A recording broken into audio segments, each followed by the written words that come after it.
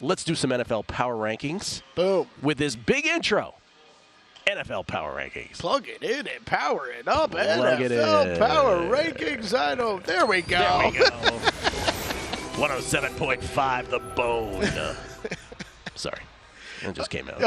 NBA Media Days, by the way. So many great little nuggets that come out of everyone.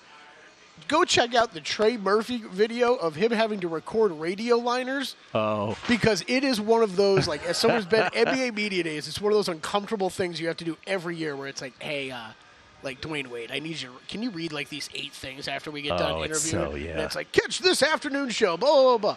Trey Murphy does one of those. It's for one of those radio networks that has all the different, like, they have a country station, they have a hip-hop station, right? He goes into character, for every single one, and it is fantastic.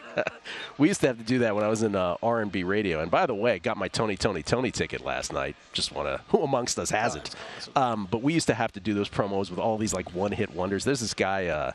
Because someone would come into the studio for an interview, or you'd book someone for an interview, and then afterward you ask them to record a few liners. That's how it works in the business. And it was like a music video days. He'd be like, hey, I'm Keith Washington. There's a guy, one-hit wonder, Keith Washington, a song, Slow Jam, called Kissing You. But Keith Washington had to come in and do, hey, I'm Keith Washington, I'm a Music Video Connection, or whatever it was.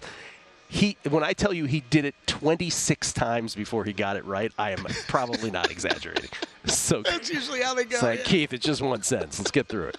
All right. The reason we do NFL, what are we doing? Oh, NFL Power Rankings. The reason we do NFL Power Rankings, again, for those who are like, why do we care what your Power Rankings are?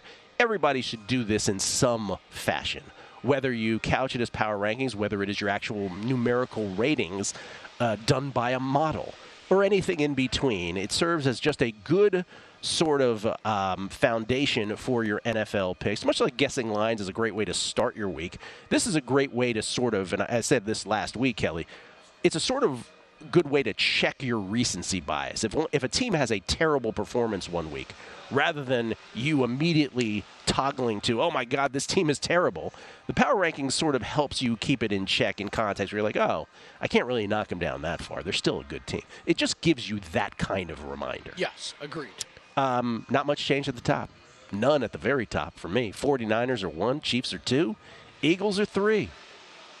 The Bills, Dolphins, and Cowboys are doing a little dance in 4, 5, 6, and the dance has the Bills at 4 now, the Dolphins at 5, and the Cowboys at 6. That could go either way on those. Yeah. But I think the Bills deserve to be ahead of the Dolphins, though, that's for sure. At this point. Definitely. And we had the conversation last week where was there a top 5, and then was there a top 6 with the Bills? And yes, I think there is. I think there's a top 6. For sure there's a top 6. Now, the Ravens are my 7. The Ravens have been in my top 10 the whole year. They do nothing but figure out a way to win. And Drew Dinsick, I thought, had a great point yesterday on the show, which is how some of these teams, like the Seahawks on Monday night, are able to overcome cluster injuries. Yeah, the Ravens are so banged up. The Ravens are so banged up, and yet they just keep them coming. Keaton Mitchell, for you fantasy players out there, that's their rookie running back that they want to feed this week.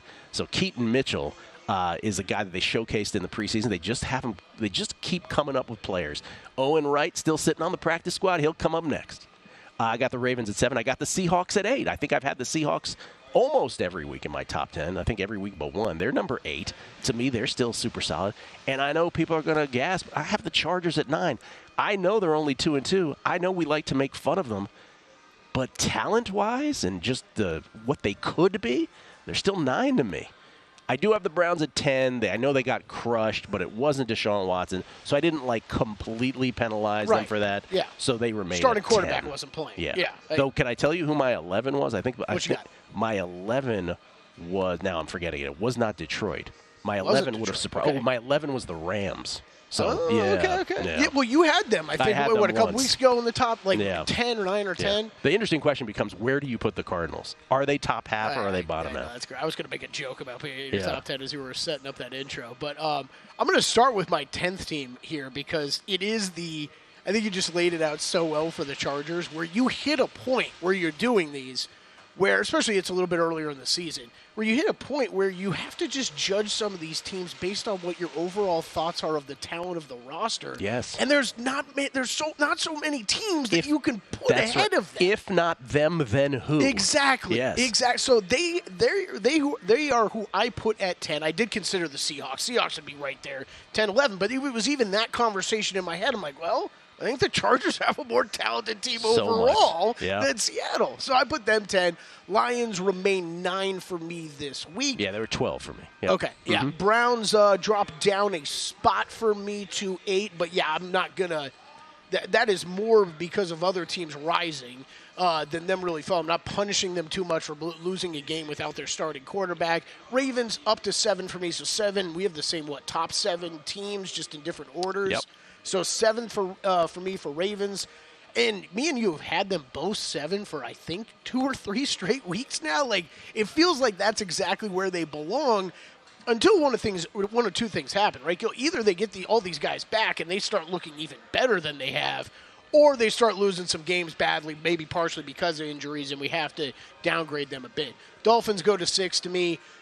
Eagles slide down to 5. I'm just a little bit more confident with those 2 other NFC teams right now, Guild, 49ers and Cowboys. Chiefs to 4. I'm not trying to punish them, but still haven't seen a game out of them where it feels like they've put every single thing together outside of that Chicago game, and I'm not putting much weight into that. Cowboys up to 3. Still think there's a lot of talent on that team, and Bills, I just can't deny it anymore right now. What they look like offensively and defensively, the way they've changed this offense personnel-wise with the 2 tight end set, that could be a major difference this year. So I'm vaulting them up to 2. Love me some Josh Allen. 49ers number 1. I think they got to be number 1 right now. Yeah, I had Bills at 4, but they could just as easily be 3 or 2 also. Where did you have the Seahawks? Seahawks would be right at 11. Right at 11. That's where I was kind of making that Chargers-Seahawks in my head. And who is your 32? Oh, got to be Panthers. Panthers. Got to be without Panthers, question, it's the Panthers, to me. And I know a lot of people are like, what do you mean without question? What about the Bears? No, I think it's the Panthers for sure, 32. Go to VSiN.com/subscribe to become a VSiN Pro subscriber today.